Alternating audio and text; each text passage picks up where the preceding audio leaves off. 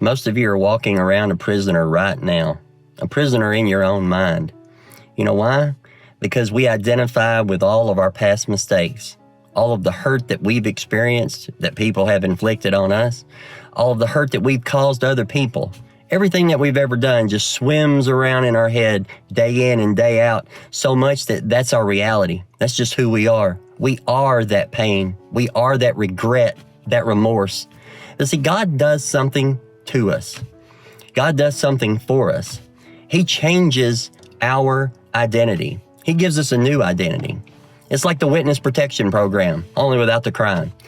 God absolutely rearranges who we are fundamentally as a person. Galatians 2:20 says, I am crucified with Christ. Nevertheless I live, yet not I, but Christ liveth in me.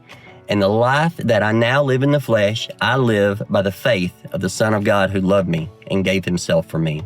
That means that when Jesus Christ was put to death, those that have come to him, those that believe him, those that trust him, you were put to death with him. That means you are no longer the man that you were. There is no old man. There is no old woman who you used to be. That person is dead. That person is gone. That's what crucifying something does. It kills it. That's what God does to us. And he raises us from the dead to a new life. He gives us a new identity. So we're no longer all of the sum total of our mistakes and sins and all of the hurt that we've caused other people, all that they have caused us. That's not who we are anymore. Now, it is a complete and total shift from the way that we used to think, to not think like that anymore, to not identify continually with who we used to be. And it takes a little time to adjust to it. Now, that salvation and what God does to us, that is an instantaneous one-time event, but it takes a lifetime to figure it out. And I don't really know that we ever do figure it out completely. It takes time to rewire your brain and rewire your body and get used to just living in the world with a whole new identity. It takes a little bit of time. Being someone in recovery, I've got a lot of regrets.